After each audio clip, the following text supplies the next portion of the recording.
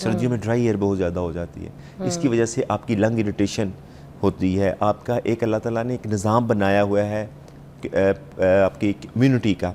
हमारे सांस की नालियों के अंदर छोटे छोटे से बालों की तरह के चीज़ें हैं जिसे हम सीलिया कहते हैं, उनकी मोटिलिटी कम हो जाती है सर्दियों में। अच्छा। तो सर्दियों में मोटिलिटी कम होने की वजह से, क्योंकि जब बलगम वगैरह या कोई चीज़ सिक्रीशंस आती हैं तो वो अल्लाह ताला का निज़ाम ऐसा है कि वो पुश आउट करती हैं, हमारे गंदी सिक्रीशंस अल्लाह ताला हमारी लंग से बाहर निकालता है। तो वो गर्मियों में उसकी मोटिलिटी ज़्यादा होती है एज़ कम्पेयर टू सर्दियाँ।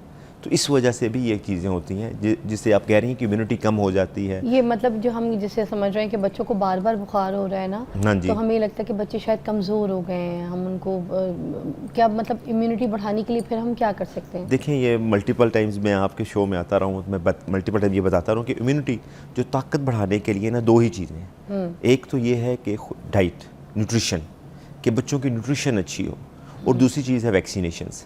और न्यूट्रिशन के लिहाज से तो मैं मिसकंसेप्शंस बहुत ज़्यादा होती हैं, मैं मल्टीपल टाइम्स बता चुका हूँ कि माओं को चाहिए कि हमारी डाइट की जो बैलेंस डाइट है वो दें।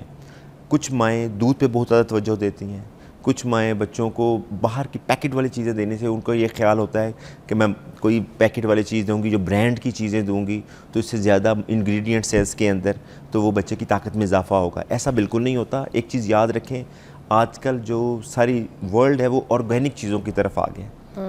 और तो हम जो ऑर्गेनिक चीज़ों पहले खाते थे, अब हम पैकेट वाली चीज़ों, प्रोसेस चीज़ों की तरफ चले गए। तो ऐसा बिल्कुल ना करें। कोशिश करें कि घर की बनी हुई चीज़ें इस्तेमाल करें। और जो एक अच्छे ख़ानदान हैं या जो अच्छी फैमिलीज़ हैं या जिन्होंने लोग एक्सेसिबल है हर चीज़, तो उनके ख़ानदान में बैलेंस चीज़ें ही बनती हैं, जैसे कि दालें भी बनती हैं, सब्ज़ियाँ भी बनती हैं, गोश्त भी बनता है। तो ये सब चीज़ें बच्चों को दें और बच्चों को पिकी ईटर ना बनाएं। कुछ बच्चे और माएँ होती हैं जी कि रात को मेरा बच्चा कुछ खा नहीं रहा, या फिर ये आजकल रूटीन लोगों की अक्सर चल रही है कि रात को थोड़ा सा खा लेते हैं बाहर से, भाई बाद में रात को 11-12 बजे उसके बाद कोई पिज़्ज़ा मंगवा लेते हैं, कोई बर्गर मंगवा लेते हैं, कोई फ्राइज़ मंगवा लेते हैं। तो इससे बच्चों की न्यूट्रिशन के साथ साथ बच्चों की हेल्थ बहुत ज़्यादा अफेक्ट हो रही है। तो ये कंट्रोल करना चाहिए इनको। मैं अब देखें कि अमेरिका सबसे अमीर मुल्क है, all over the world control करता है सबको। तो वहाँ की एक है अमेरिकन एकेडमी ऑफ पीडियाट्रिक्स, जो गाइडलाइंस शो करती है, वो बताती है हमें कि जी इस तरह ये रिसर्च वर्क आई है, ये चीज़ें करनी है, इस तरह ट्रीटमेंट करनी है। तो वो रिकमेंडेशंस हैं उनकी कि डोंट ऑप्शंस द बेबीज़ या डोंट ऑप्शन योर सेल्फ, कि अपने आप को ऑप्शंस नहीं देनी है आपने, कि जो चीज़ घर में बनी है वही खानी है।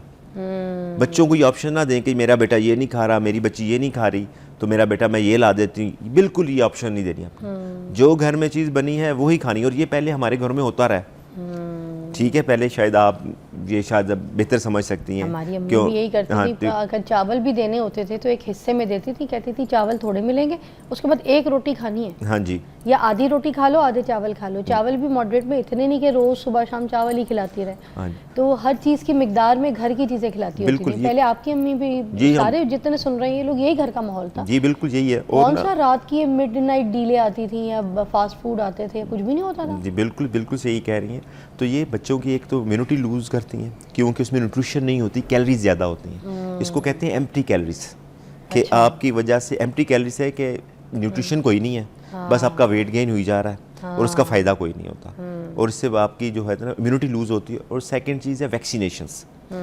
वैक्सीनेशंस के बारे में सॉरी टू से हमारी कम्युनिटी में इतनी ज़्यादा मिसकंसेप्शंस हैं कि जब भी कोई कैंपेन चलती है या जब भी कोई डॉक्टर या इवन कोई प्रोफेशनल कोई आपको बताता है वैक्सीनेशन के बारे में, तो लोग डर जाते हैं कि पता नहीं ये कौन सी वैक्सीनेशन है और ये क्यों हो रही है, मार्केटिंग कर रहा है, ये क्यों इस तरह की बात कर रही है या कर रहा है। मैं एंटीबायोटिक के बारे में पूछना चाहूँगी कि हम बच्चों को एंटीबायोटिक दे सकते हैं, क्योंकि एक बार कोर्स कराते हैं तो उनका जब खांसी नज़ला ज़ुकाम ख़त्म नहीं होता तो क्या दोबारा दूसरा कोर्स करा सकते हैं? क्योंकि बाहर तो बैन है, मगर हम यहाँ एंटीबायोटिक पे बच्चों को ठीक करते हैं, तो प्लीज़ हमें गाइड कर दें। देखिए, जब बच्चों को इन्फेक्शन वगैरह होती है या खांसी वगैरह होती है, तो वायरल इन्फेक्शंस में ना आपका गला ख़राब होने के साथ, खांसी होने के साथ आपको हल्का सा फीवर भी होता है। वो लो ग्रेड फीवर होता है, वो तेज़ बुखार नहीं होता।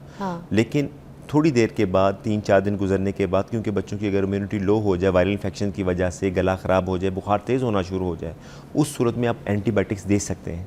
लेकिन उसका एक कोर्स की ड्यूरेशन होती है और एक ख़ास आपने according to the condition indication वो एंटीबायोटिक स्टार्ट करवानी होती है।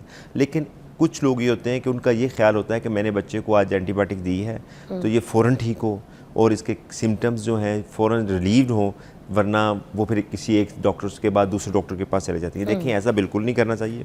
कोशिश ये करनी चाहिए कि जो डॉक्टर ने मेडिसिन दी है उसके मुताबिक ही बच्चे की कंडीशन को मैनेज करें, उसको फॉलो करें, लेकिन बार बार एंटीबायोटिक्स देना बच्चे की सेहत के लिए बिल्कुल ठीक नहीं है। सब एंटीबायोटिक्स जो होती हैं वो तो बैक्टीरियाज को किल करती है ना? जी जी, वो वायरस को तो नहीं कोई अटैक? डेफिनेटली, ये आप बिल्कुल सही, आपने अच्छा एक सवाल किया है कि ना वायरल इन्फेक्शंस में एंटीबायोटिक्स का कोई रोल नहीं होता। ओके। लेकिन पाकिस्तान में क्योंकि आपकी क्या कहते हैं बच्चों की इम्यूनिटी थोड़ी सी कम होती है, गंदगी ज़्यादा होने की वजह से इसको हम कहते हैं सुपर एडेड बैक्टीरियल इन्फेक्शंस होना। सुपर एडेड बैक्टीरियल इन्फेक्शन ये होता है कि जब इम्यूनिटी लूज होती है तो हमारे जिस्म के अंदर ही कुछ बैक्टीरियाज होते हैं या कम्युनिटी के अंदर कोई ऐसे बैक्टीरियाज होते हैं जो कि एक से दूसरे बंदे को लग जाते हैं, जिसकी वजह से लो ग्रेड बुखार होने के बाद हाई ग्रेड बुखार होना चाहता है, गला ज़्यादा ख़राब होना शुरू हो जाता है, निमोनिया हो सकता है। उस सूरत में आप एंटीबायोटिक्स दे सकते हैं, लेकिन वायरल इन्फेक्शंस की सूरत में आप बिल्कुल ना दें। आप वेट करें और इट विल टेक टाइम। जो वायरल इन्फेक्शन होती हैं एक ख़ास ड्यूरेशन होती है, वो एक ख़ास ड्यूरेशन के बाद ही ठीक होते हैं। और ख़ास करके मैं यहाँ पे ज़रूर जिक्र करूँगा कि कफ़ बड़ी बॉदरसम होती है पेरेंट्स के लिए। वो कहते हैं जी हमारा बच्चा खांसी किए जा रहा है, ठीक नहीं हो रहा, और जब हमारे पास आते हैं तो 3-3 4-4 सिरप्स ले रहे होते हैं, तो वो फिर भी ठीक नहीं हो रहे होते हैं। तो उनको ये समझाने की ज़रूरत है कि आप थोड़ा सा वेट करें, इट विल टेक टाइम। बच्चों में और बड़ों में थोड़ा सा फ़र्क है ट्रीटमेंट के लिहाज से, कि बड़ों में हम कफ सप्रेशंस दे सकते हैं, ऐसी दवाइयाँ दे सकते हैं जो कि कफ को कंट्रोल कर लेती हैं, रोक लेती हैं, लेकिन बच्चों में नहीं हम दे सकते।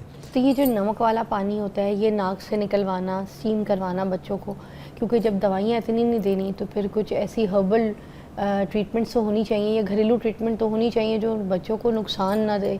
शहद का कोई इस्तेमाल करवाया जा सकता है बच्चों को, और किस हद तक कराया जा सकता है कि अदरक, काली मिर्चें और शहद अगर बच्चों को दिया जाए, या कोई ऐसे कावे बना के दिए जाएँ, या कोई ऐसे घरेलू जुशानदे बच्चों को दिए जाएँ, स्टीम दिलाई जाए लौंग की या किसी चीज़ की, तो is that works? Yes, definitely it works. देखें ये तो इंटरनेशनल रिकमेंडेशन है कि अगर बच्चे को खांसी हो रही है तो आप शहद दे सकते हैं, लेकिन शहद इंटरनेशनल रिकमेंडेशंस के मुताबिक 1 साल के बाद दें, 1 साल से पहले नहीं देना आपने। एक और तो यहाँ पे गुट्टी में भी शहद चटाते हैं ना बच्चों वो भी नहीं देना चाहिए, वो भी रिकमेंडेड नहीं है। आप उन्हें 1 साल के बाद शहद दे सकते हैं, स्टीम दे सकते हैं। बच्चों की हाइड्रेशन मेंटेन करें, बच्चों की जो है इनकी न्यूट्रिशन, फ्रूट्स वगैरह दें, इनको डाइट्स अच्छी दें, ये डेफिनेटली वर्क करती है। सर ये इंजीर का इस्तेमाल बच्चों के लिए है ना, किसी शेक बना के दे देना बच्चों को, इंजीर का कावा दे देना, ये भी तो चीज़ें बड़ी इम्यूनिटी को स्ट्रॉन्ग कर सकती हैं। सूप दे सकते हैं आप, सूप देने से भी आपके गला में यखनी दे सकते हैं, डेफिनेटली इससे बड़ा फ़र्क पड़ता है और बच्चे की इम्प्रूवमेंट होती है।